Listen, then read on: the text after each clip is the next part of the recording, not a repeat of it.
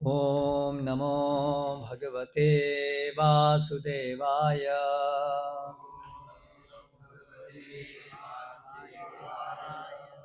ओम नमो भगवते वासुदेवाय।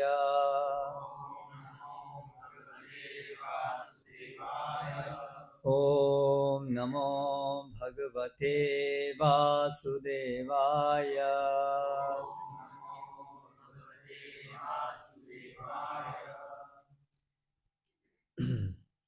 श्रीमद् भागवतम स्कंध 2 अध्याय 1 ईश अनुभूति का प्रथम सोपान श्लोक क्रमांक 11। एतत् निर्विद्यमानानां इच्छताम् अकुतः भयं योगिनां नृप निर्णीतं हरेः नाम अनु कीर्तनम् एतन्निर्विद्यमानानाम् इच्छतामकुतो भयम् योगिनां नृपनिर्णीतम् हरेर्नामानुकीर्तनम्। अनुवाद एवं तात्पर्य कृष्ण कृपा मूर्ति श्री श्रीमद् अभय चरणारविंद भक्तिवेदांत स्वामी श्री प्रभुपाद जी के द्वारा। हे राजन, महान अधिकारियों का अनुगमन करके भगवान के पवित्र नाम का निरंतर कीर्तन उन समस्त लोगों के लिए सफलता का निस्संशय तथा निर्भीक मार्ग है जो समस्त भौतिक इच्छाओं से मुक्त हैं अथवा जो समस्त भौतिक भोगों के इच्छुक हैं, और उन लोगों के लिए भी जो दिव्य ज्ञान के कारण आत्मतुष्ट हैं।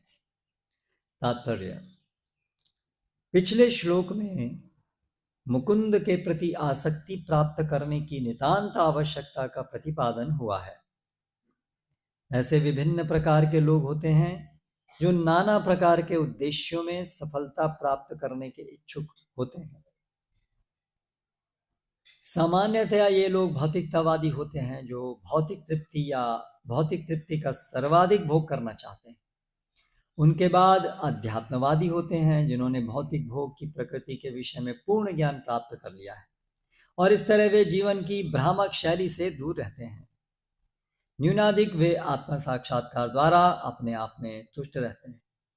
इनसे भी ऊपर भगवत भक्त होते हैं जो न तो भौतिक जगत को भोगने की कामना करते हैं और न ही इससे छुटकारा पाने की इच्छा करते हैं। वे भगवान श्री कृष्ण को तुष्ट करने में लगे रहते हैं। दूसरे शब्दों में भगवत भक्त अपने खुद के लिए कोई कामना नहीं करते। यदि भगवान की इच्छा हो तो भक्त समस्त भौतिक सुविधाओं को स्वीकार करते हैं, और यदि भगवान इसे नहीं चाहते तो भक्तगण समस्त प्रकार की सुविधाएं, यहाँ तक कि मोक्ष को भी ताक पर रख सकते हैं। नहीं, वे आत्मतुष्ट होते हैं क्योंकि वे केवल भगवान की ही तुष्टि चाहते हैं। इस श्लोक में श्री शुकदेव गोस्वामी भगवान के दिव्य कीर्तन की संस्तुति करते हैं। भगवान के पवित्र नाम के निरापराध भाव से कीर्तन तथा श्रवण से मनुष्य पहले भगवान के दिव्य रूप से परिचित होता है, फिर भगवान के गुणों से, और तब उनकी लीलाओं इत्यादि की दिव्य प्रकृति से परिचित होता है। यहाँ पर इसका उल्लेख हुआ है कि भगवान नाम को अधिकारियों से सुनकर उसका निरंतर कीर्तन करना चाहिए। इसका अर्थ यह हुआ कि अधिकारियों से श्रवण करना पहली शर्त है। पवित्र नाम का श्रवण करते रहने से मनुष्य क्रमशः भगवान के रूप, गुण, लीलाओं आदि के विषय में श्रवण करने की अवस्था को प्राप्त होता है, और इस तरह उत्तरोत्तर उनकी महिमा के कीर्तन की आवश्यकता उत्पन्न होती है। यह विधि न केवल भक्तिमय सेवा की सफल संपन्नता के लिए संस्तुत की गई है, अपितु उन लोगों के लिए भी संस्तुत की गई है जो भौतिक रूप से आसक्त हैं। श्री सुखदेव गोस्वामी के अनुसार सफलता प्राप्त करने की यह सुस्थापित विधि है जो न केवल उनके द्वारा अपितु समस्त अन्य पूर्ववर्ती आचार्यों द्वारा निश्चित की गई है। अतएव और आगे प्रमाण देने की आवश्यकता नहीं रह जाती। यह विधि न केवल आदर्शवादी सफलता के विभिन्न विभाग के जिज्ञासियों के लिए संस्तुत है, अपितु उन लोगों के लिए भी है जिन्होंने कर्मी, दार्शनिक या भगवत भक्त के रूप में पहले ही सफलता प्राप्त कर ली है। श्रील जीव गोस्वामी का उपदेश है कि भगवान के पवित्र नाम का जप उच्च स्वर से और साथ ही पद्म पुराण की संस्तुति के अनुसार निरपराध भाव से संपन्न किया जाना चाहिए। मनुष्य भगवान की शरण में जाकर समस्त पाप कर्मों के प्रभावों से अपने को उबार सकता है। मनुष्य भगवान के पवित्र नाम की शरण लेकर अपने को भगवान के चरण कमलों के प्रति किए गए अपराधों से छुड़ा सकता है। किंतु यदि कोई भगवान नाम के चरणों पर अपराध करता है तो वह अपने को बचा नहीं सकता। पद्म पुराण में ऐसे अपराधों का उल्लेख है जिनकी संख्या 10 बताई गई है। पूरा तात्पर्य हम आज नहीं पढ़ेंगे, आप बाद में पढ़ सकते हैं। ओम ज्ञानतिमिरान्धस्य ज्ञानाञ्जनशलाकया चक्षुरुन्मीलितं येन तस्मै श्रीगुरवे नमः। श्रीचैतन्यमनोभीष्टं स्थापितं येन भूतले स्वयं रूप कदा मह्यं ददाति स्वपदान्तिकं। वन्देऽहं श्रीगुरो श्रीयुतपदकमलं श्रीगुरून् वैष्णवांश्च श्रीरूपं साग्रजातं सागणरघुनाथान्वितं तं सजीवं साद्वैतं सावधूतं परिजनसहितं कृष्णचैतन्यदेवं श्रीराधाकृष्णपादान् सहगणललिता श्रीविशाखान्वितांश्च। जय श्रीकृष्णचैतन्य प्रभो नित्यानन्द श्री अद्वैत गदाधर श्रीवासादि गौरभक्तवृंद। हरे कृष्णा कृष्णा कृष्णा हरे हरे, हरे राम राम राम हरे हरे।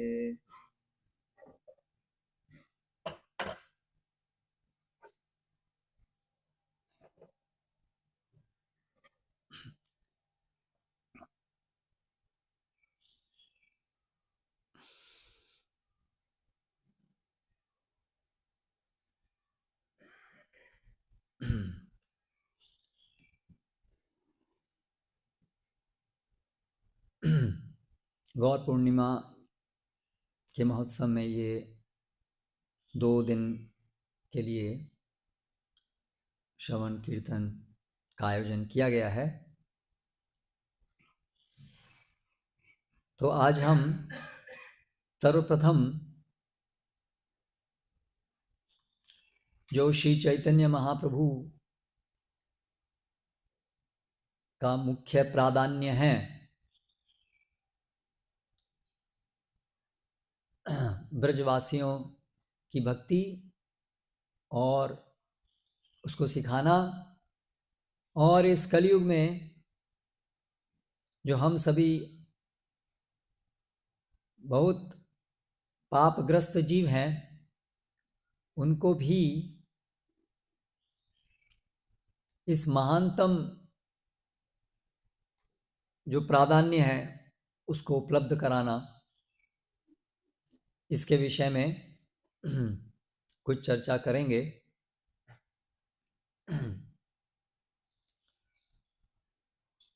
ज़्यादातर आप सभी लोग जो हैं वो साधक भक्त हैं, हम सभी, अर्थात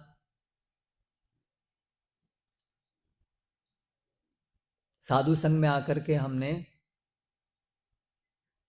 जीवन का उद्देश्य क्या है, हम कौन हैं, भगवान कौन है, भगवान के साथ हमारा क्या संबंध है, वो संबंध हम कैसे भूल गए और किस प्रकार उस संबंध को हमें पुनर्स्थापित करना है, इस विषय में हमने कुछ सुना समझा और उसकी वजह से हम भक्ति जो साधन है, पुनः कृष्ण प्रेम जो हम सबकी मूल अवस्था है, उसको प्राप्त करने का जो मुख्य साधन है, उसके लिए हम लोग प्रयासरत हैं।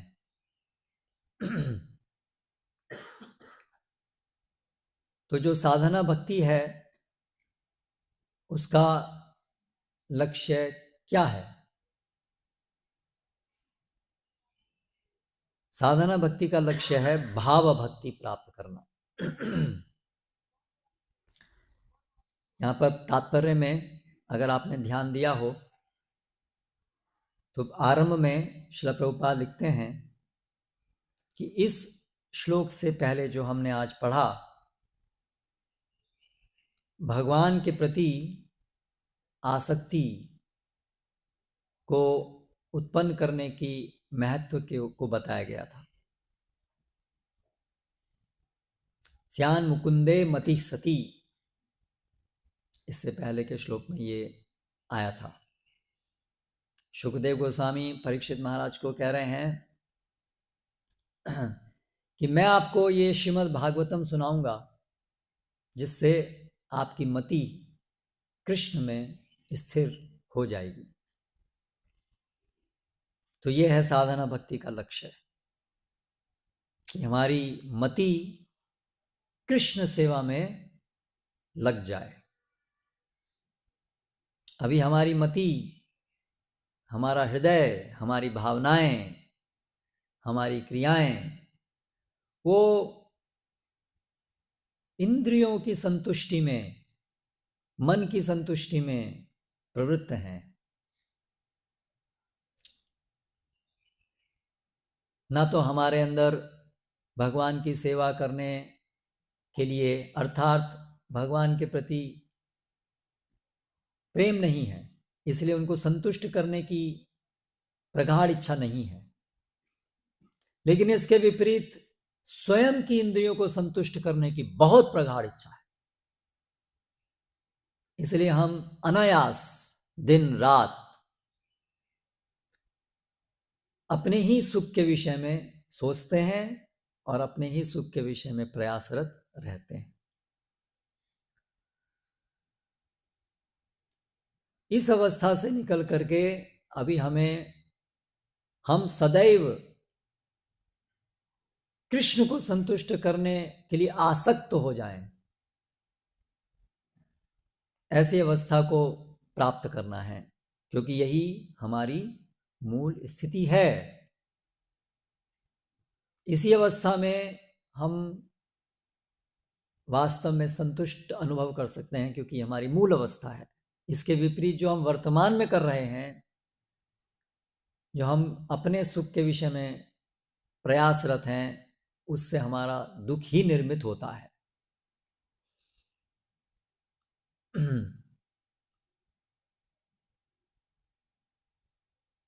तो ये जो साधना भक्ति है, जिससे हम ये गंतव्य प्राप्त करेंगे, उसके विषय में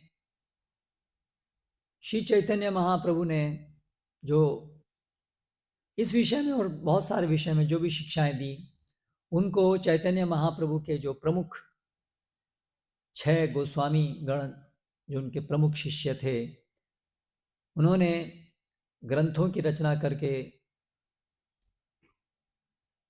उस विज्ञान को हमारे लिए सुलभ कराया। भक्ति के अलग अलग स्तर क्या होते हैं, कैसे हम एक स्तर से दूसरे स्तर पर उठ सकते हैं, ये विज्ञान श्रील रूप गोस्वामी ने भक्ति रसामृत सिंधु के अंदर दिया।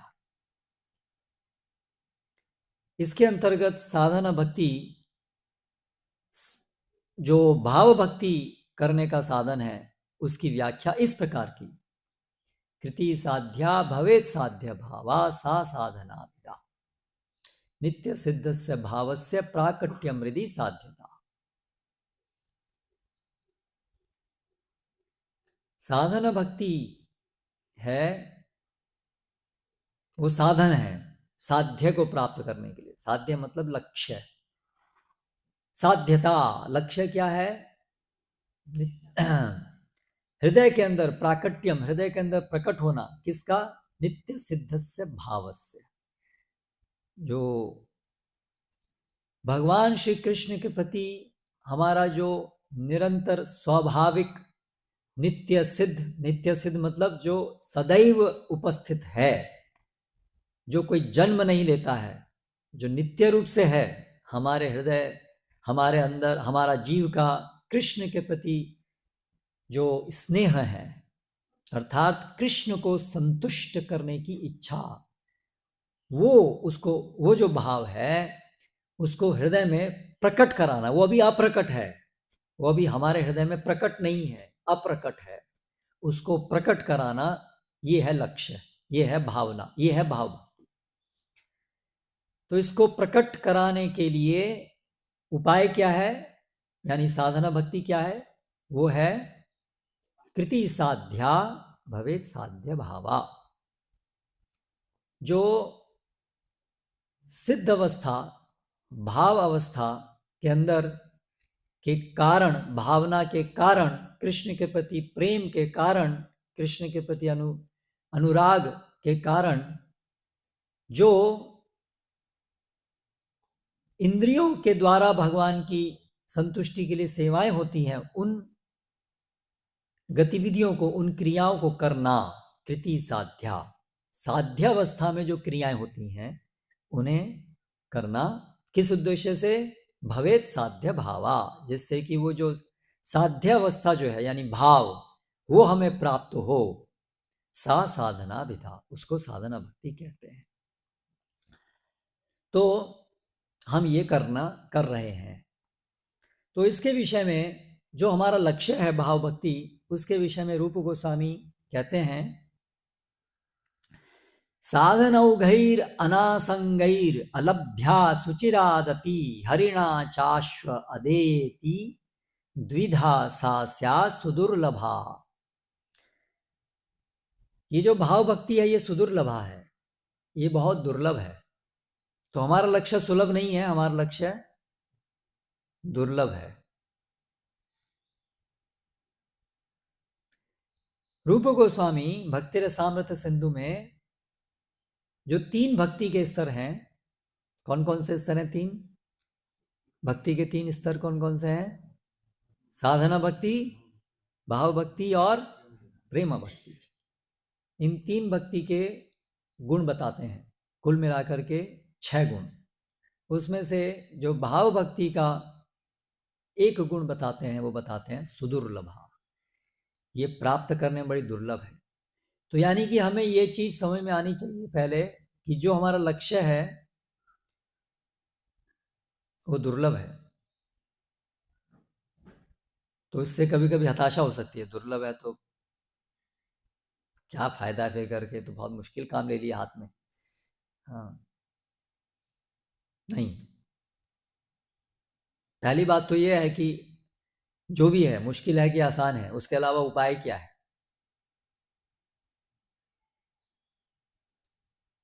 ऐसा नहीं है कि चलो ये मुश्किल है कोई आसान चीज ले लेते हैं। यही हमारी मूल अवस्था है, कृष्ण प्रेम यही है, इसके अलावा तो कोई उपाय है ही नहीं। तो इसलिए चाहे जो भी है वही हमारा एकमात्र उपाय, एकमात्र गंतव्य है। तो इसीलिए एक तो वो बात, दूसरी बात कि बहुत स्थानों पर बताया गया है भक्ति बहुत सुलभ भी है, ऐसा ही बताया गया है। तो इसीलिए सुदुर्लभा जब कहा गया है भाव भक्ति को, तो इसका अर्थ यह है कि अगर हम उस भाव भक्ति को प्राप्त करने के विज्ञान को सही प्रकार से नहीं समझेंगे तो वो बहुत दुर्लभ है। लेकिन यदि सही प्रकार से समझ लेंगे और सही प्रकार से करेंगे तो वो सुलभ है। यानी बहुत सटीकता से कार्य करना पड़ेगा। जैसे द्रोणाचार्य के गुरुकुल में जब सभी पांडव और दुर्योधन इत्यादि कुरु भी जब शिक्षा ग्रहण कर रहे थे, तब द्रोणाचार्य ने एक बार परीक्षा करने के लिए सबसे पूछा, उनको धनु विद्या सिखा रहे थे, कि वो जो पेड़ पर पक्षी है उसकी आँख के ऊपर निशाना लगाना है, तैयार हो जाओ। और फिर सबसे एक एक करके उन्होंने पूछा कि तुमको क्या दिख रहा है। तो सब लोगों ने अपने अलग अलग उत्तर दिए। किसी ने बताया कि पेड़ दिख रहा है, डाली दिख रही है, पक्षी दिख रहा है इत्यादि। लेकिन अर्जुन ने उत्तर दिया मुझे केवल पक्षी की आंख दिख रही है। तो द्रोणाचार्य ने कहा हाँ, तुम सफल हो गए। तो उसी प्रकार से रूप गोस्वामी यहाँ पर इस श्लोक में बता रहे हैं कि भाव भक्ति जो है वो कैसे दुर्लभ बन जाती है, कैसे दुर्लभ है। इसको अगर हम समझेंगे तो सुलभ कैसे बनानी है वो समझ पाएंगे। तो क्या कह रहे हैं इसको समझें। साधनौघैर अनासंगैर अलभ्य सुचिरादपि। अगर बहुत सारी साधनाएं भी हम कर रहे हैं, बहुत कुछ कर रहे हैं, कई बार लोग जो है हम देखते हैं, ज़्यादातर तो नहीं होते हैं, कम लोग होते हैं, पर कुछ अध्यात्मवादी होते हैं, कुछ धार्मिक होते हैं, तो कई बार हम देखते हैं बहुत कुछ करते हैं, बहुत सारी यात्राएं करते हैं, 4 धाम यात्रा, बहुत इधर उधर घूमते हैं, यात्राएं करते हैं। या कई लोग होते हैं जो बहुत दान पुण्य भी करते हैं। कई लोग होते हैं जो बहुत प्रकार की कुछ तपस्याएं करते हैं, गोवर्धन परिक्रमा हर महीने, दंडवती परिक्रमा। कई लोग होते हैं बहुत प्रकार के व्रत रखते हैं, उपवास रखते हैं। या कई होते हैं कि बहुत लंबी लंबी पूजा करते हैं, बहुत उच्चारण श्लोकों का और अलग अलग प्रकार की स्तुतियों का, ऐसे बहुत कुछ लोग करते हैं। तो यहाँ कह रहे हैं कि ऐसी बहुत सारी दीर्घ साधनाएं करने पर भी सुचिरादपि, बहुत लंबे समय तक भी कर रहे हैं, पूरा जीवन किया, पूरा जीवन किया। जैसे नैमिषारण्य में वो सब जो शौनक ऋषि आदि हजारों साल तक वो व्रत लेकर के अनुष्ठान कर रहे थे, जब तक सुखदेव गोस्वामी उनको नहीं मिले, है ना, तब तक बहुत कुछ कर रहे थे। लेकिन उन्हें क्या प्राप्त हुआ? तो सुखदेव गोस्वामी जब मिले तब वो बताते हैं कि हमें केवल ये धुआं ही मिला, बस इतने सारे हम आहुतियां इसमें दे रहे थे, है ना। तो ये संभव है कि हम बहुत कुछ कर रहे हैं, है ना, लेकिन उससे हमारा लक्ष्य प्राप्त नहीं हो। और अगर हम समझ करके साधन क्या है, उपाय क्या है, वो सही समझ के करेंगे तो बहुत जल्दी लक्ष्य को प्राप्त कर सकते हैं। एक और उदाहरण, उपमा, कि एक व्यक्ति जो है वो डाली काट रहा है, लेकिन जो आरी है उसमें धार नहीं है, तो बहुत मेहनत कर रहा है, बहुत मेहनत कर रहा है, बहुत बहुत उद्यमी है, निष्ठावान है, मुझे करना है, बहुत उसका संकल्प दृढ़ है, लेकिन डाली कट नहीं रही है। और उसको अगर बताया जा रहा है कि भाई इसमें धार नहीं है, तो वो समय नहीं है धार निकालने का, मुझे काटना है, तो वो मूर्खता होगी। अगर वो धार उसको ठीक कर लेगा तो तुरंत वो डाली कट सकती है, और नहीं करेगा तो काटता रहेगा, काटता रहेगा, काटता रहेगा, तो भी नहीं कटेगी। तो उसी प्रकार से बहुत सारी साधनाएं बहुत लंबे समय पर करने पर भी यदि आसक्ति नहीं है लक्ष्य में, तो हम लक्ष्य प्राप्त नहीं कर सकते। आजकल की भाषा में, आधुनिक भाषा में बोलते हैं keep goal in the mind. तो यहां पर उसकी बहुत गहराइयां हैं। कि अगर हमारे जो लक्ष्य है उसके प्रति हमारी आसक्ति नहीं है, हमें और बहुत सारी चीज चाहिए, तो फिर क्या होगा कि जो लक्ष्य को प्राप्त करने के लिए जो नैपुण्यता चाहिए वो हम प्राप्त नहीं कर पाएंगे, क्योंकि हम बहुत कुछ करेंगे। हमारे लक्ष्य एक नहीं है, अनेक है। तो अनेक लक्ष्य को प्राप्त करने के लिए अनेक अनेक उपाय हैं, तो हम अनेक अनेक उपाय एक साथ करेंगे। उसकी वजह से हम जो करना चाहिए एक उपाय, वो उसमें ध्यान नहीं लगा करके, उसे अच्छे से नहीं करके कई उपाय करेंगे, लेकिन जो करना है उसको ध्यान से, पूरी शक्ति से, पूरे कंसंट्रेशन से नहीं करेंगे।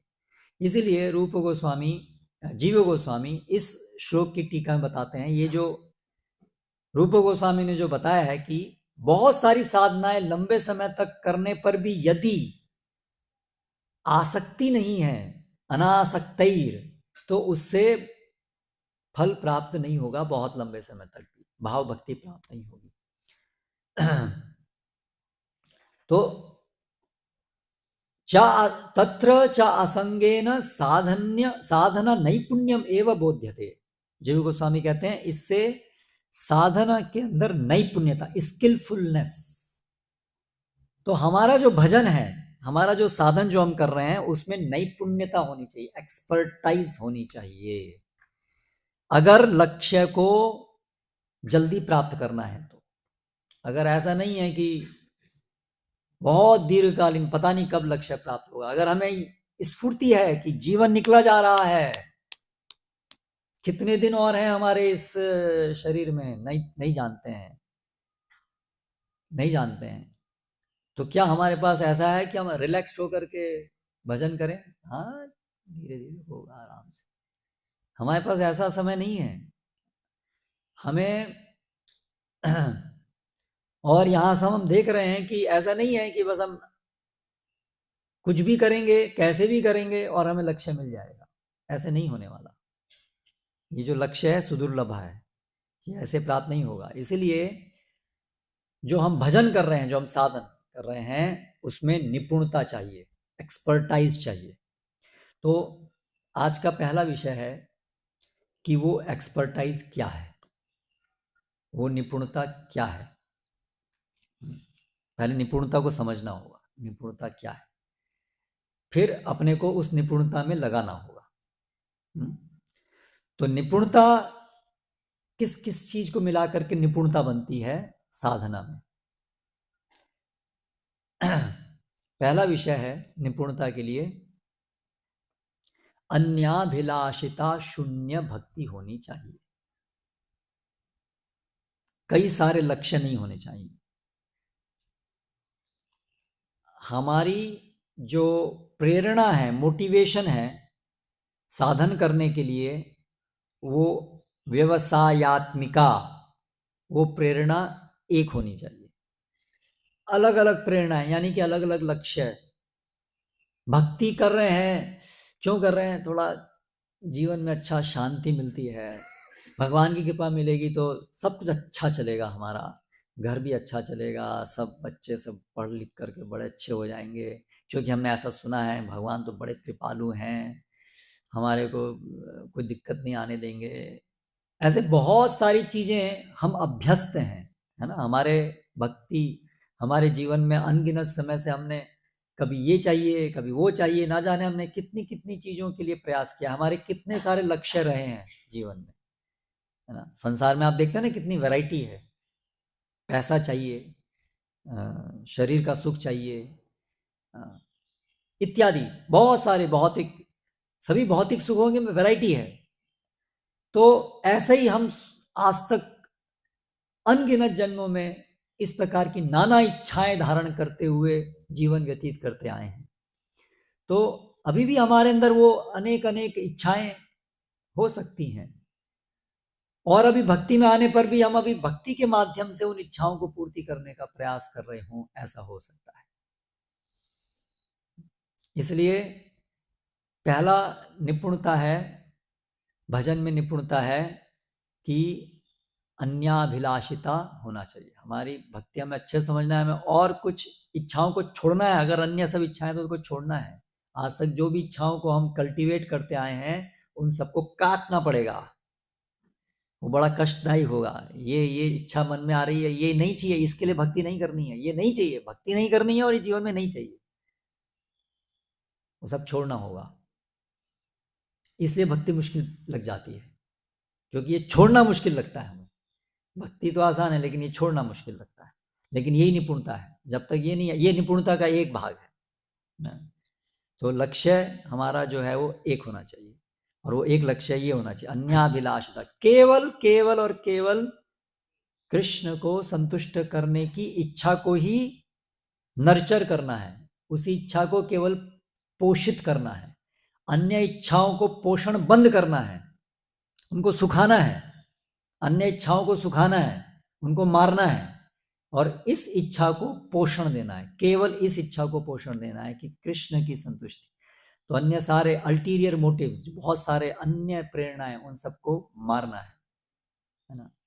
वो हैं हमारे अंदर, हमें कृष्ण को भी संतुष्ट करना, लेकिन अपने लिए भी कुछ करना है। मेरा मान सम्मान तो होना चाहिए। भक्ति कर रहे हैं तो ठीक है, भगवान भी संतुष्ट हो, पर मैं भी तो संतुष्ट हूं।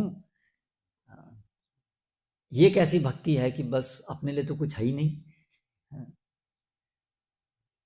पर यही आरंभ है, अपने लिए कुछ नहीं है, सब कुछ केवल और केवल कृष्ण के लिए। हाँ, इसको आत्मसात करना होगा। कुछ नहीं अपने लिए, जीरो, सब कुछ केवल कृष्ण के लिए। फिर जीव गोस्वामी कहते हैं, तन्नैपुण्यम च साक्षात तद भजने। दूसरा निपुणता चाहिए कि साक्षात भजन, जो भी हमारी क्रियाएं हैं वो सीधी सीधी कृष्ण को डायरेक्टेड होनी चाहिए। ज्ञान कर्मादि अनावृतम, ये निपुणता का दूसरा भाग है कि हमारे इच्छा केवल एक ही होनी चाहिए, और हमारे जो प्रयास हैं उन प्रयासों में क्या प्रयास करना है वो हमें बहुत अच्छे समझना चाहिए कि यही प्रयास करना है, और सब प्रयास नहीं करने हैं। लक्ष्य क्लियर होना चाहिए, और प्रयास, उस लक्ष्य के लिए क्या प्रयास है वही प्रयास होना चाहिए। अन्य और चीजों में प्रयास करने में अपनी समय, शक्ति और ध्यान नहीं बटना चाहिए, क्योंकि नहीं तो वो इस एक प्रयास को ढक सकते हैं। जैसे भगवान की भक्ति में आगे बढ़ने के लिए अगर जो शुभ कर्म हैं, देवी देवता जो हैं वो भी सब प्रसन्न रहने चाहिए। ये बोलते हैं शुद्ध भक्ति में कि देवी देवताओं के ऊपर से ये जो हमारी ऐसी श्रद्धा जो है कि देवी देवता, उनकी पूजा, उनकी आराधना, उनका जो भी हम करते आए हैं उनको नाराज नहीं कर सकते। हम लोग नाराज कर दिया तो फिर सब कुछ परेशानी हो जाएगी, और भक्ति में भी तो फिर परेशानी होगी अगर देवी देवता परेशान हो गए, उदाहरणार्थ। तो इसलिए भक्ति करेंगे, ये भी साथ साथ में करेंगे। बहुत सारे व्रत हैं जिससे पुण्य मिलता है, आज तक हम करते आए हैं, इन पुण्यों को छोड़ेंगे नहीं हम, इन व्रतों को इनको छोड़ेंगे नहीं। छोड़ दिया तो परेशानी होगी, और भक्ति में भी परेशानी होगी। इस प्रकार की जो हमारी भक्ति के अलावा ये जो कर्म मार्ग है, पुण्य कर्म में हमारी, पुण्य कर्म पे आश्रित है भक्ति, इसके बिना भक्ति नहीं हो सकती। पहले पुण्य कर्म जरूरी है, तभी तो भक्ति कर पाएंगे। इसलिए दोनों चीज करनी है, पुण्य कर्म भी करेंगे और ये भक्ति भी करेंगे। तो इस प्रकार से, इस प्रकार की भावनाओं को, चेतनाओं को बनाए रखना, वो है अन्य प्रयास। तो उससे हमारी भक्ति आच्छादित होती है। तो इसलिए वो नहीं, केवल शुद्ध भक्ति के अंग वही हमें करने हैं। ठीक है, ज्ञान और कर्म, शरीर के निर्वाह के लिए कुछ ज्ञान कुछ कर्म के चीजें भी करनी होती हैं, लेकिन वो केवल और केवल शुद्ध भक्ति संपादित करने के लिए, अनुकूलता प्राप्त करने के लिए, दैट्स इट। पूरी ये समझ से कि वो ऐसा नहीं कि भक्ति उस पर आश्रित है, वो करना जरूरी, इंडिपेंडेंटली जरूरी है, नहीं, ऐसा नहीं है। लेकिन शरीर पे हम आश्रित हैं और शरीर को अनुकूल बनाए रखने के लिए केवल ये कर रहे हैं। और फिर ये जो भक्ति के जो अंग हैं, भक्ति के बहुत सारे अंग हैं। शुद्ध भक्ति के अंदर भगवान को प्रसन्न, कृति साध्या, ये जो शब्द है कृति साध्या, तो ये जो साध्यावस्था में जो इंद्रियों के जो कार्य होते हैं जिनसे भगवान की सेवा होती है, वो भी बहुत सारे हैं, लेकिन उनके अंदर भी, उन सभी अंगों में भी तारतम्य है, उन अंगों में भी तारतम्य है। उनमें से कौन सा भक्ति का ऐसा अंग है जो सबसे अधिक शक्तिशाली है? ज्ञान कर्म तो छोड़ दिया, अभी भक्ति का जो अंग है, भक्ति के भी कई अंग हैं, शुद्ध भक्ति के कई अंग हैं ना, यानी कई प्रकार से इंद्रियों को हम भगवान की सेवा में लगाते हैं। स्थूल इंद्रियां हैं, सूक्ष्म इंद्रियां हैं, भावना है, ये सब प्रकार से भगवान की सेवा होती है। इस तरह से बहुत सारे अंग हैं। रूप गोस्वामी भक्ति रसामृत सिंधु में 64 अंगों को बताते हैं। उन 64 अंगों में भी 5 जो हैं, फिर नवविधा है, 9 अंग हैं, और 9 में भी ये जो 5 हैं ये सबसे अधिक प्रभावशाली बताए गए। और कौन से 5 हैं? नाम संकीर्तन, नामवास, भागवत श्रवण और शिव मूर्ति की पूजा। थोड़ा एक बीच में आप छोड़ दिए सीक्वेंस में, सीक्वेंस में कौन बताएंगे? नाम कीर्तन, भागवत श्रवण, साधु संग छोड़ दिए,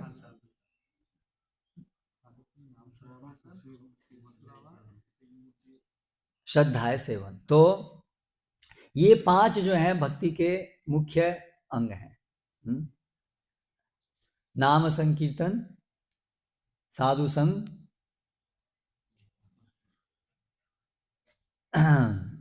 श्रीमद् भागवत श्रवण,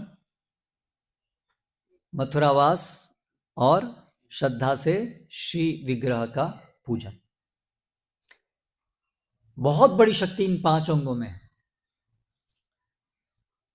इन 5 में भी एक जो अर्च विग्रह सेवन है वो पंचरात्रि की विधि कहलाता है, और जो नाम संकीर्तन, भागवत श्रवण, ये जो है वो भागवत विधि के अंदर आते हैं। तो पंचरात्रि की विधि जो है, ये दोनों विधियां हम लोग करते हैं, पंचरात्रि की और भागवत विधि, दोनों विधियां के द्वारा ये अंग, जितने भी 64 अंग है उसमें ये दोनों विधियां आती हैं। तो अभी ये जो मंत्र है, पंचरात्रि की विधि में जो सेंट्रल पॉइंट है वो है गोपाल मंत्र, कृष्ण मंत्र, कृष्ण मंत्र का जप करना और श्री विग्रह की सेवा करना, ये पंचरात्रि की विधि का केंद्रीय भाग है। तो मंत्रों के अंदर बहुत शक्ति होती है, और विशेष रूप से गोपाल मंत्र, कृष्ण मंत्र, जो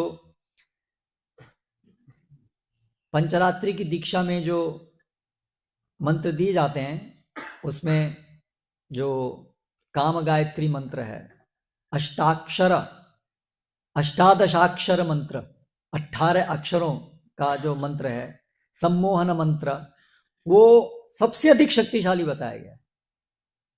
सामान्यतः मंत्रों में बहुत शक्ति होती है। आप देखते हैं मंत्रों से, अभी तो ऐसे लोग है नहीं, पर सांप काट जाता है तो मंत्र से उसका निवारण कर देते हैं ना। ऐसे ऐसे उल्लेख हैं कि एक सांप काट गया एक बच्चे को, तो एक ओझा को बुलाया। उस ओझा ने मंत्र उच्चारण किया और कुछ एक शेल था उसको तोड़ा, और उस मंत्र का उच्चारण वो करते गया तो जंगल से वो सांप निकल के आया। उसके ऊपर वो जो उसने वो जो शेल जो था वो जो फेंका था वो उसके शरीर के ऊपर लगा हुआ था सांप के। वो सांप वापस आया, जहां उसने काटा था वहीं पर ही उसने उस जहर को निकालना शुरू किया। पूरे दिन रात उस जहर को निकाला। वो बच्चा वापस अपनी चेतना में आ गया। इतनी शक्ति मंत्रों से होती है ना। प्रभुपाद जी उदाहरण देते हैं एक मेडिकल कॉलेज में, कानपुर में शायद, कि मेडिकल स्टूडेंट थे तो एक सपेरा था, तो वो जो है सब मजाक उड़ा रहे थे, क्या है तुम मंत्र बोलते। तो उसने थोड़ा उनको मजा दिखाने के लिए सारे सांपों को छोड़ दिया क्लास में। तो सब जो है परेशान हो गए, क्या हो गया। फिर उसने जो है मंत्र बोला और सब के सब सांप वापस आ गए। तो ऐसे कंट्रोल कर सकते हैं ना, तो मंत्र में इतनी शक्ति होती है। तो इस तरह से पंचरात्रि की विधि में इतनी शक्ति है कि अगर मंत्रों के द्वारा सही उच्चारण अगर मंत्रों का होगा तो उसमें इतनी शक्ति है। लेकिन ये जो गोपाल मंत्र है वो कारगर होता है उन लोगों के ऊपर जो सदाचारी होते हैं, जिनके जीवन में पाप कर्म नहीं है, जो बहुत पुण्यशाली हो गए हैं और बहुत सब सदाचार का पालन करते हैं, तब जाके श्री विग्रह की पूजा कर पाते हैं। तो इसलिए ये जो पंचरात्रि की विधि है इसके लिए एक योग्यता का विचार है। ठीक है।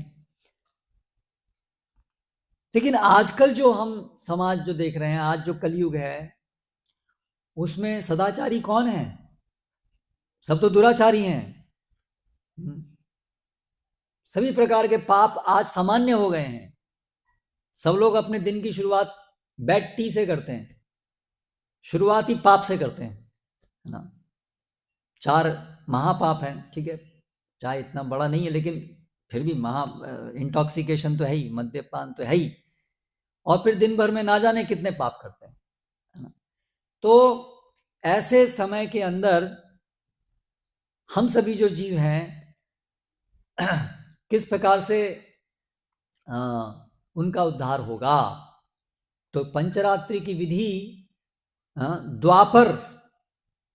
द्वापर युग के अंदर विशेष रूप से क्रियान्वित होती थी, लेकिन कलयुग के अंदर ये उतनी कारगर नहीं है। इसलिए मध्वाचार्य मांडुक्य उपनिषद की अपनी टिप्पणी में क्या कहते हैं? द्वापर्यैर जनैर विष्णु पंचरात्र कैश्च केवलम कलौ तु नाम मात्रेण पूज्यते भगवान हरि। कि द्वापर में पंचरात्रि की विधि से अर्च विग्रह विष्णु की पूजा आराधना के द्वारा लोगों का उद्धार होता था। कलयुग में ये विधि, केवल ये विधि से कलयुग के अंदर उद्धार लोगों का होना संभव नहीं है प्रायः। इसीलिए कलयुग में तो नाम मात्रेण, भगवान नाम से ही हरि की पूजन होता है, हरि का पूजन होता है।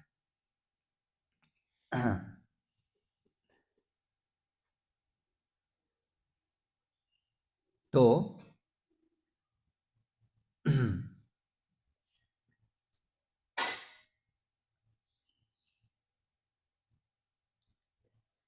ये जो हरि नाम है और जो गोपाल मंत्र, गायत्री मंत्र अलग अलग हैं, उनमें और ये हरि नाम में शक्ति में बहुत बड़ा अंतर है। जो हरि नाम है, जो मंत्र है, उसमें भी भगवान का नाम होता है। कोई भी मंत्र है उसमें कोई एक देवता का नाम होता है उस मंत्र के अंदर। तो जो गोपाल मंत्र है, जो गायत्री, काम गायत्री, जो भक्त लोग जिनको पंचरात्रि की दीक्षा, मंत्र दीक्षा मिली हो, गाते हैं, बोलते हैं, उसमें भगवान का नाम है, लेकिन वहां पर भगवान का नाम है और वो एक वाक्य के अंदर पिरोया गया है, जिसके अंदर एक बीज अक्षर है और जिसके अंदर एक ऐसा शब्द है नमः, कि हम आपको प्रणाम करते हैं, हम आपको अपने को समर्पित करते हैं, स्वाहा नमः, ऐसे शब्द उसके अंदर होते हैं। तो वो जो ऐसे गायत्री मंत्र जो होते हैं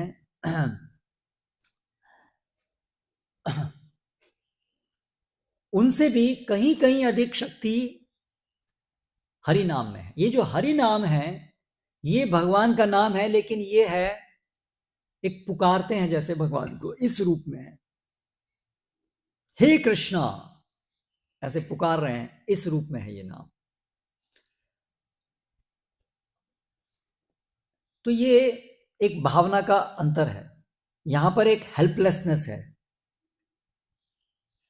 और जो मंत्र है उसमें एक औपचारिकता से भगवान को समर्पित करना है, और यहां पर है एक हेल्पलेसनेस, मतलब निस्सहाय निस्सहाय अवस्था, निस्सहाय अवस्था के अंदर भगवान को पुकारना, ये हरिनाम है।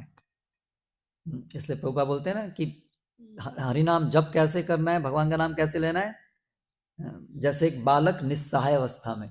तो ये है हरिनाम लेना, मतलब इस ऐसे भावना में भगवान को पुकारना, वो हरिनाम।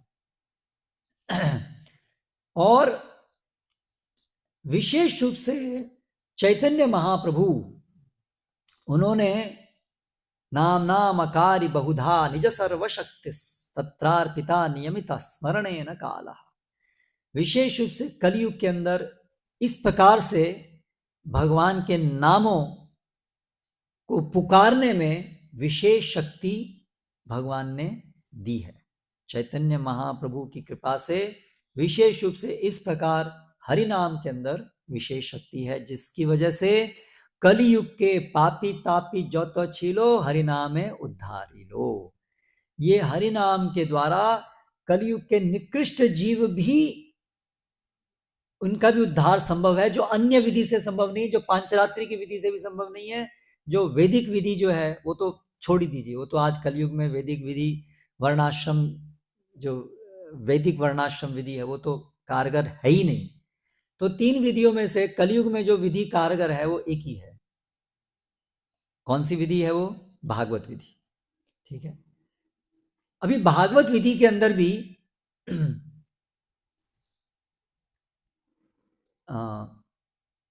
भगवान के नाम रूप गुण लीला, इन सब का श्रवण कीर्तन स्मरण, ये है भागवत विधि। भगवान के नाम रूप गुण लीलाओं का श्रवण कीर्तन स्मरण, है ना, ये भागवत विधि है। तो ये विशेष है कलयुग के लिए। पंचरात्रि की विधि है द्वापर के लिए, लेकिन कलयुग के लिए विशेष ये विधि। तो भागवत में बहुत सारे श्लोक हैं जिसमें ये बताया गया है, 3 श्रवणम कीर्तनम स्मरणम, भगवान के नाम रूप गुण लीलाओं का ये है, इसका महात्म्य बताया गया। तस्माद एकेन मनसा भगवान सात्वताम पति श्रोतव्य कीर्तितव्यश्च ध्येय पूज्यश्च नित्यदा। एकेन मनसा, एक मनस होकर के, इसलिए भगवान के विषय में श्रोतव्य, सुनिए, कीर्तितव्य, कीर्तन कीजिए, ध्येय, स्मरण कीजिए, पूज्य, इस प्रकार से पूजा कीजिए। तस्मात् सर्वात्मना राजन हरि सर्वत्र सर्वदा श्रोतव्य कीर्तितव्यश्च स्मर्तव्यो भगवान नाम। कोई श्रवण कीजिए, कीर्तन कीजिए और स्मरण कीजिए।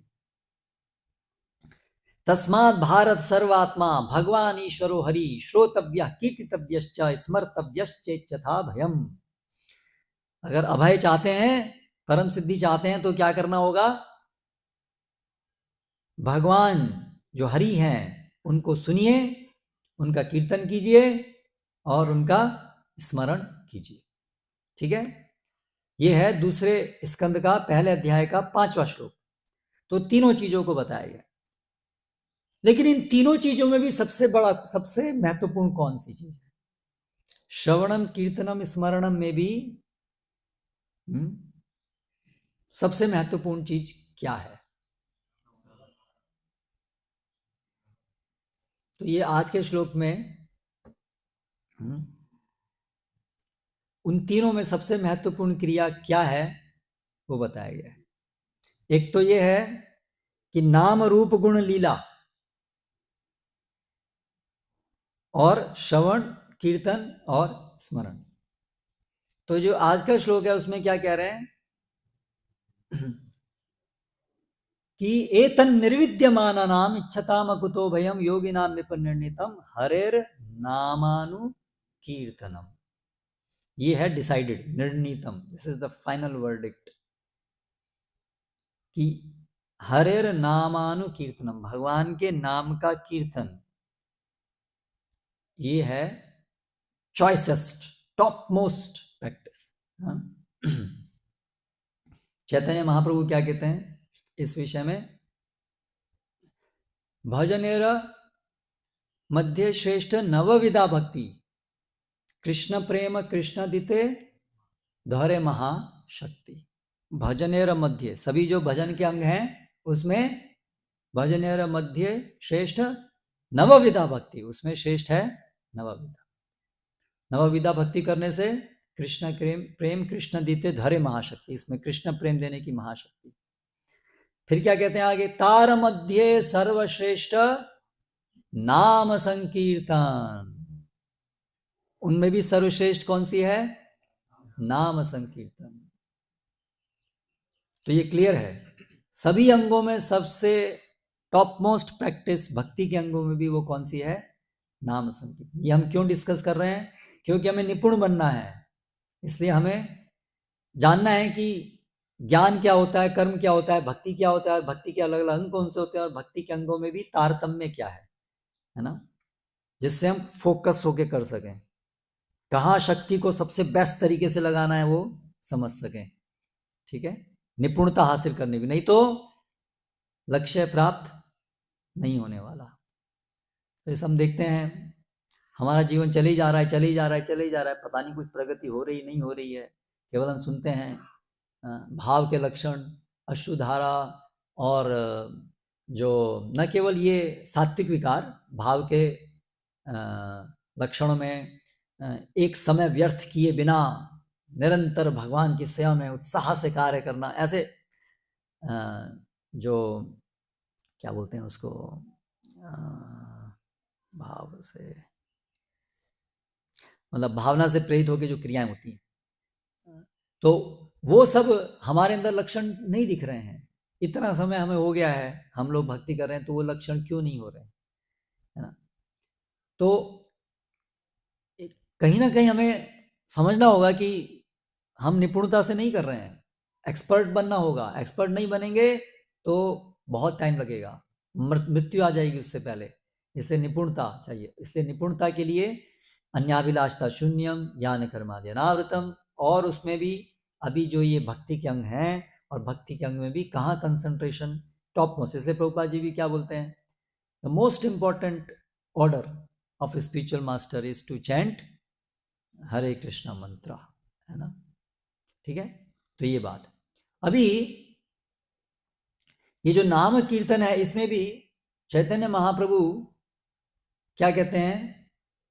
चैतन्य महाप्रभु जब भिक्षा किसी के यहाँ लेते थे, जाते थे प्रसाद के लिए, कोई भक्त उनको बुलाते थे, तो चैतन्य महाप्रभु कहते थे मैं उसी के यहाँ प्रसाद दूंगा जो लक्षेश्वर है, लखपति है, लक्षेश्वर जो लखपति है उसी के यहाँ मैं प्रसाद दूंगा। तो भक्त लोग जो हैं वो इसको सुनकर के थोड़े अचंभित हो गए, ये क्या कह रहे हैं, हम तो बहुत गरीब लोग हैं, लखपति हम नहीं है, तो आप हमारे यहाँ प्रसाद नहीं लेंगे, फिर हमारा कल्याण, हमारा क्या होगा, फिर हमारा जीवन का अर्थ ही क्या रह जाएगा? यदि आप हमारी सेवा स्वीकार नहीं करेंगे तो हमारे जीवन का क्या उद्देश्य रह जाएगा? तो चैतन्य महाप्रभु हंसते हैं, कहते हैं जानते हैं लक्षेश्वर कौन है, लखपति कौन है?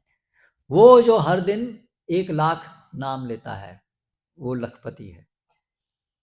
तो चैतन्य महाप्रभु किसी का भी प्रसाद लेने आते थे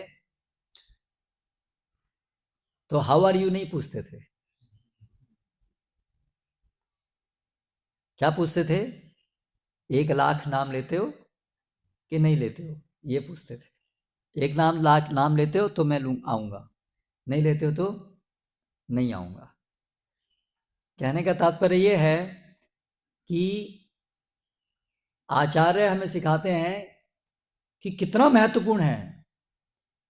चैतन्य महाप्रभु को यही पूछते थे, यही इसी से ही वास्तव मंगल है, और कुछ मंगल नहीं है। बिजनेस कैसा चल रहा है, ये कैसा चल रहा है, वो कैसा चल रहा है, ये ठीक है, चलाना है, ठीक है, लेकिन मंगल और उससे सारा मंगल है जो भी है, इवन भौतिक भी जो भी है वो भी सब उससे ही है, अगर हमारा ये भजन सही से चल रहा है। तो हमारा ये कंसंट्रेशन होना चाहिए। ऐसा नहीं हमें जीवन में बहुत कुछ करना है, हमें तो उसमें से भजन भी एक है, कहीं ना कहीं वो भी फिट करना है। ऐसा नहीं होना चाहिए, हमारा पूरा जीवन डायरेक्टेड होना चाहिए, मोल्डेड होना चाहिए, है ना। इसलिए फोकस्ड अटेम्प्ट, फोकस्ड। तो जो हमें ये नाम लेना है, हरि नाम लेना है, गणना पूर्वक लेना है, संख्या पूर्वक। कई भक्त लोग जो हैं इसमें इतने गंभीरता से कार्य नहीं करते हैं। 16 माला कभी नहीं हुई। अभी श्रील प्रभुपाद ने हमारी वर्तमान स्थिति को देखते हुए जो मिनिमम है वो 16 माला। ये जो 1,00,000 है इसमें कितनी माला होती है? 64 माला होती है, ठीक है। तो उसको आजकल लोग जो है वो इतना माइंड डिस्टर्ब्ड है कि एकदम से 1,00,000 माला, 1,00,000 नाम करने को कहेंगे तो मुश्किल होगा। तो प्रभुपाद ने उसको ठीक है 16, नॉट लेस देन दैट, इससे कम नहीं, बस कम से कम 16, ठीक है। तो लेकिन भक्त हम देखते हैं उसको भी गंभीरता से नहीं लेते हैं। कभी 16 माला हुई, कभी नहीं हुई, कितनी माला हुई पता नहीं, कितनी हुई पता भी नहीं है, ऐसे छूट जाती हैं। ऐसे नहीं होना चाहिए। तो निपुणता में एक भाग है, तो क्या है? पहले तो अन्याभिलाषता शून्यम ज्ञान कर्मादि अनावृतम। उसके बाद में फिर सबसे भक्ति अंगों में भी सबसे इंपॉर्टेंट हरि नाम संकीर्तन। अभी हरि नाम में है ना, तो नाम कीर्तन, कीर्तन पहले तो कीर्तन का अर्थ क्या है, उसकी परिभाषा है। कीर्तन का अर्थ है उच्च स्वर में बोलना, उसको कीर्तन कहते हैं, ठीक है। तो कीर्तन, और कीर्तन के अंदर फिर ये जो हरि नाम है इसमें संख्या होनी चाहिए, ठीक है। अभी उस संख्या के बाद अभी आता है निपुणता का दूसरा भाग है कि उसमें ये जो चीज है अन्याभिलाषता शून्यम ज्ञान कर्मादि अनावृतम, ये चीज जो हरि नाम में जो इंगित होती है वो कैसे होती है? निरअपराध नाम। अगर निरअपराध नाम नहीं है तो मतलब अन्याभिलाषता है और ज्ञान कर्म आवृत कर रहे हैं। तो इसलिए चैतन्य महाप्रभु ने क्या कहा? तार मध्य सर्वश्रेष्ठ नाम संकीर्तन निरपराधे नाम लैले पाए प्रेम धन। तो निपुणता किसमें है? निरअपराध हरि नाम करना भजन की निपुणता है। अगर उसको एक सेंटेंस में कहें तो भजन की निपुणता क्या है? निरअपराध होकर के हरि नाम लेना, ये भजन में निपुणता है। तो निरपराध भजन कैसे होता है? निरपराध नाम कैसे लिया जाता है? अपराध रहित नाम कैसे लिया जाता है?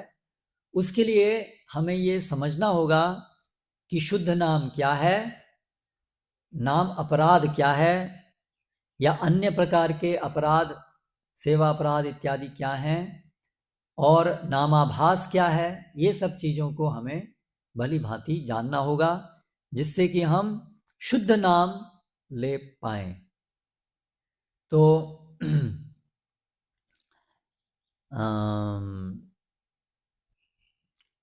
ये जो आने वाले कुछ सत्र हैं, इसमें हम निरपराध नाम के ऊपर जो चैतन्य महाप्रभु के संदेश हैं,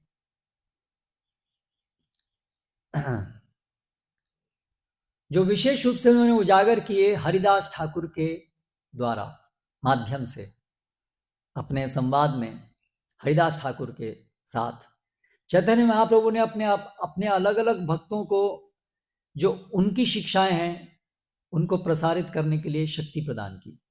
जैसे रूप गोस्वामी को उन्होंने शक्ति प्रदान की कि कैसे भक्ति के स्टार्टिंग से लेके सारे अलग अलग सोपानों को बहुत सटीक तरीके से उसको वर्णित करना और शास्त्रों का प्रमाण दे करके उसको स्थापित करना, ये रूप गोस्वामी के द्वारा उन्होंने स्थापित किया।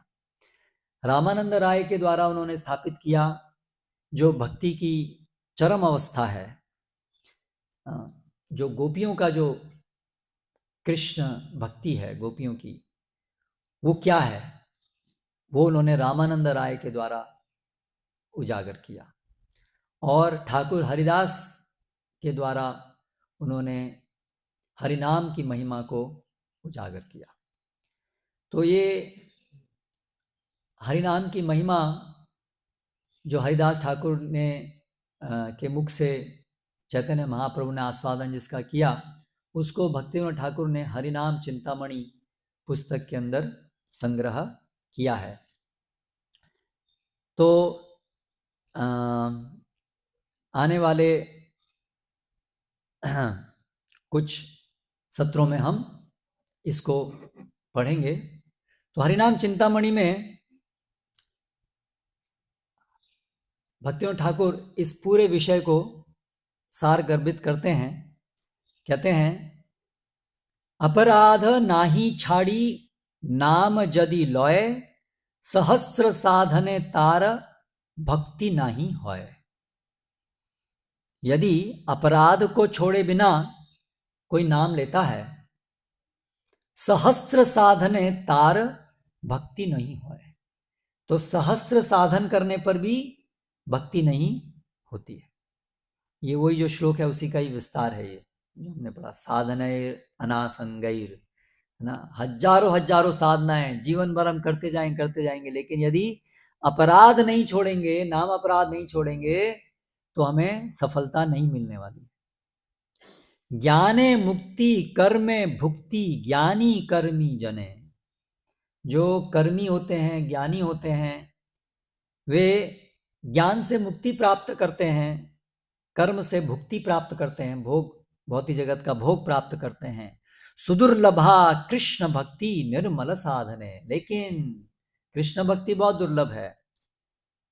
ज्ञान से मुक्ति मिलना आसान है, कर्म से भुक्ति मिलना आसान है।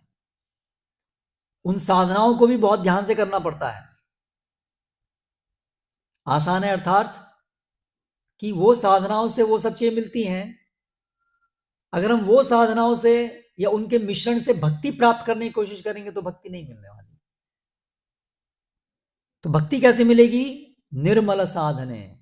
जो साधना निर्मल है, अनकंटेमिनेटेड, जो शुद्ध है, अपराध रहित है, वो भक्ति साधना से ही केवल भक्ति मिलेगी। इसलिए सुदुर्लभा कृष्ण भक्ति। इसलिए भक्ति सुदुर्लभा है क्योंकि अपराध या अन्य मिश्रण होने से भक्ति करने पर भी, साधना करने पर भी, साधना भक्ति करने पर भी भाव भक्ति प्राप्त नहीं होगी। भुक्ति मुक्ति शुक्ति सम भक्ति मुक्ता फल, जीवेर महिमा भक्ति प्राप्ति सुनिर्मल।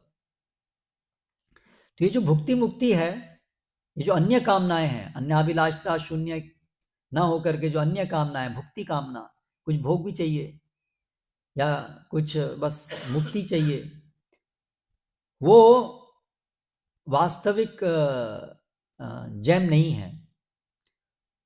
भक्ति जो है वो है वास्तविक हीरा। जीवेर महिमा भक्ति प्राप्ति सुनिर्मल। जीव की महिमा, जीव का यशोगान, जीव की स्वाभाविक स्थिति, जीव की परम स्थिति वो क्या है? भक्ति प्राप्ति। सुनिर्मल भक्ति प्राप्ति, ऐसी स्वच्छ भक्ति की प्राप्ति ही जीव की महिमा है। साधने नैपुण्य योगे योगे अत्यल्प साधने। अगर साधन में नैपुण्यता है, निपुणता है, तो अति अल्प साधने, अति अल्प, बहुत जल्दी अल्प साधन से भी सफलता मिल जाएगी। लेकिन कब? जब नैपुण्य योगे, अगर हमारी साधना में निपुणता होगी। भक्ति लता प्रेम फल देन भक्त जने। ये जो भक्ति लता है, ये प्रेम का फल अल्प साधना में, बहुत कम समय में भी दे सकती है, अगर निपुणता होगी तो। अगर निपुणता नहीं होगी तो करते जाइए करते जाइए करते जाइए, फल नहीं मिलेगा, ये प्रेम फल नहीं मिलेगा। दश अपराध छाड़ी नामेर ग्रहण, इहाई नैपुण्य होय साधने भजन। इसलिए क्या है निपुणता? दश अपराध छाड़ी, ये 10 अपराध जो है नाम अपराध, उनको छोड़ना, छोड़ करके नाम ग्रहण करना, इनके बिना नाम लेना। 10 अपराध रहित होकर के, अपराध रहित होकर के नाम ग्रहण करना, यही नैपुण्य, यही नैपुण्यता है साधने भजन। भजन साधना भजन में निपुणता क्या है? निरपराध नाम लोइले पाए प्रेम धन। तो अभी आने वाले सत्रों में हम फिर जो हरिनाम चिंतामणि के अंदर भक्तिविनोद ठाकुर ये कैसे हम निरपराध होकर नाम ले सकते हैं उसके विषय में जो बताते हैं, उसके ऊपर चर्चा करेंगे। अभी ये सत्र हम यहाँ पर समाप्त करते हैं। हरे कृष्णा कृष्णा कृष्णा हरे हरे, हरे राम राम राम हरे। प्रश्न ले, प्रश्न किसी का है तो आप पूछ सकते हैं। 10 अपराध कौन कौन से? हाँ, तो 10 अपराध जो हैं उसका वर्णन अभी धीरे धीरे आएगा आगे, तो उसमें वो आपको उत्तर मिल जाएगा। और कोई प्रश्न है?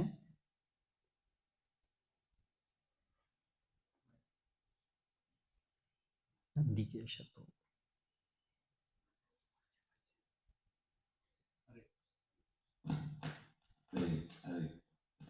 ये जो संख्या का पर्टिकुलर है, 1 लाख का जो कैलकुलेशन है वो कैसे